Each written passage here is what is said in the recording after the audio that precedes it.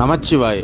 நீங்கள் இப்போது பார்த்து கொண்டிருப்பது திருவண்ணாமலையில் கார்த்திகை தீபம் என்ற நிகழ்வுக்கு முதல் நாள் இரவு பிச்சாடனராக சிவபரம்பொருள் எழுந்தருளும் காட்சியைத்தான் நீங்கள் இப்போது பார்த்து கொண்டிருக்கிறீர்கள்.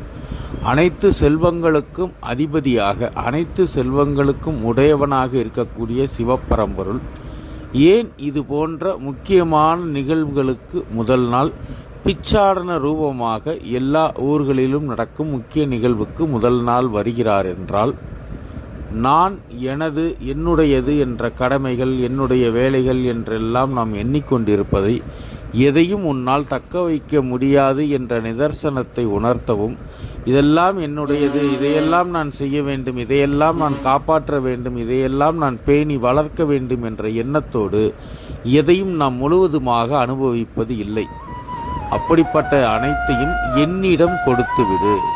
நீ பெற்றதெல்லாம் என்னிடமே பெற்றாய், என்னிடமே கொடுப்பதற்காகத்தான் பெற்றாய்.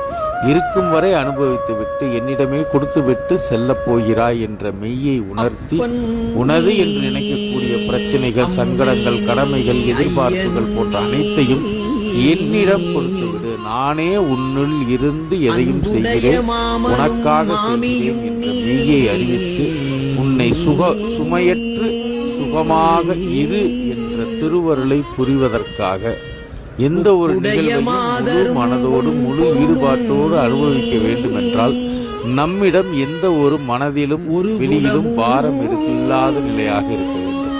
அப்படி ஒரு நிலையை உனக்கு கொடுப்பதற்காக, வாழ்வில் நீ சுமையற்று சுகமாக இருப்பதற்காக எழுந்தருள்கிறார். நமச்சிவாய.